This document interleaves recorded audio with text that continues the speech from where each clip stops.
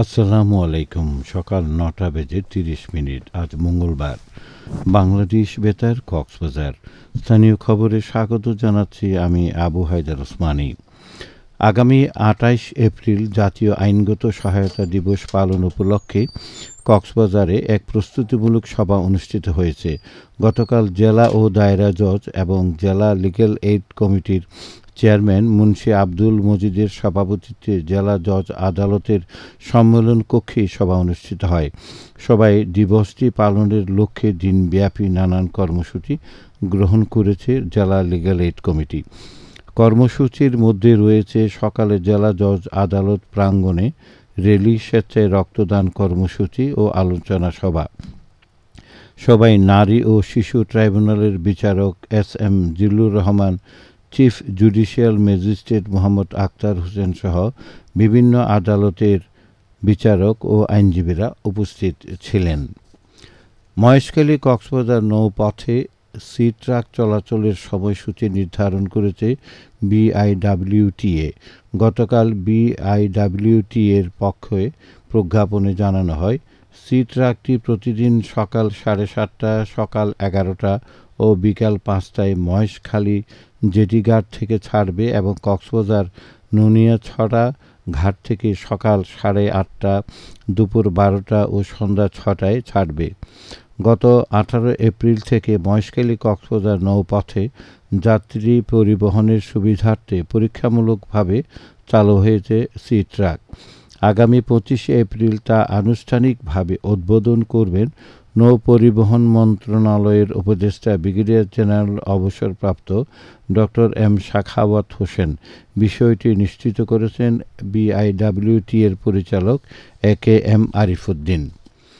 কক্সবাজার পৌরসভার হাজী বিরিয়ানি হাউস, হাজী শাহী বিরিয়ানি হাউস এবং হাজী কাচ্চিঘর সহ বিভিন্ন বিরিয়ানি হাউসের কারখানায় অভিযান পরিচালনা করেছে ভোক্তা অধিকার সংরক্ষণ অধিদপ্তর। গতকাল অস্বাস্থ্যকর পরিবেশে খাবার তৈরি, ফ্রিজে রান্না করা খাবারের সাথে কাঁচা মাংস রাখা, পোড়া তেল দিয়ে রান্না করা সহ বিভিন্ন অভিযোগের ভিত্তিতে এসব প্রতিষ্ঠানে অভিযান পরিচালনা করা হয়।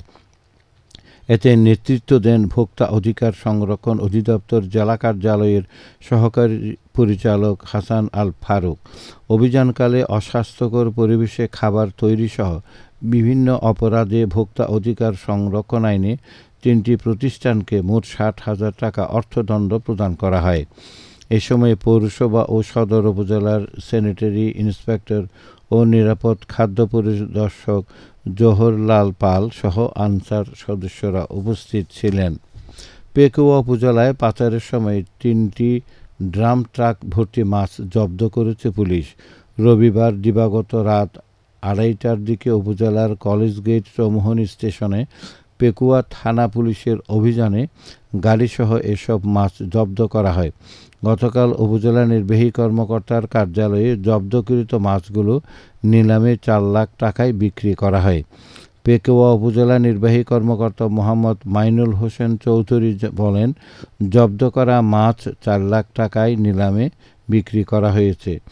তবে মানবিক বিবেচনায় 2 লাখ টাকা মাছের মালিককে দেওয়া হয়েছে আর বাকি টাকা সরকারি কোষাগারে জমা করা হয়েছে। তিনি আরও বলেন, সাগরে 58 দিনের জন্য সব ধরনের মাছ ধরা সম্পূর্ণ নিষিদ্ধ। তারপরেও কিছু অসাধু ব্যবসায়ী প্রশাসনকে ফাঁকি দিয়ে মাছ পাচারে জড়িত রয়েছে। ভবিষ্যতে যারা এই ধরনের কাজে জড়িত থাকবে তাদের বিরুদ্ধে কঠোর আইনি ব্যবস্থা নেওয়া হবে বলে জানান তিনি।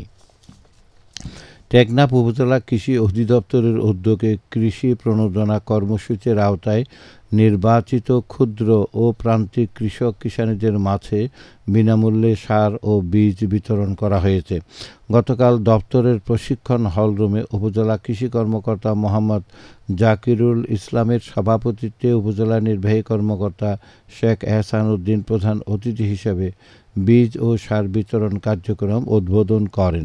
এ সময় উপজেলা নির্বাহী কর্মকর্তা বলেন, সরকার খাদ্যে স্বয়ংসম্পূর্ণতা অর্জনের লক্ষ্যে প্রণোদনা কর্মসূচির আওতায় কৃষকদের বিনামূল্যে কৃষি উপকরণ বিতরণ করছে। অনুষ্ঠানে উপজেলা পরিষদের কর্মকর্তা, জনপ্রতিনিধি ও সংশ্লিষ্টরা উপস্থিত ছিলেন। এতে 200 জন কৃষক কৃষাণীকে 5 কেজি করে বীজ ও 10 কেজি করে সার বিতরণ করা হয়। আবহাওয়া এখন জানিয়ে দিচ্ছি বাঁকখালী নদীর মোহনা ও সংলগ্ন এলাকার সামুদ্রিক জোয়ার ভাটার সময়সূচি। আজ জোয়ার শুরু হবে বেলা 11টা34 মিনিটে, চলবে বিকেল 5টা57 মিনিট পর্যন্ত। খবর শেষ হলো। আমাদের পরবর্তী খবর প্রচারিত হবে আজ দুপুর 2:30 মিনিটে।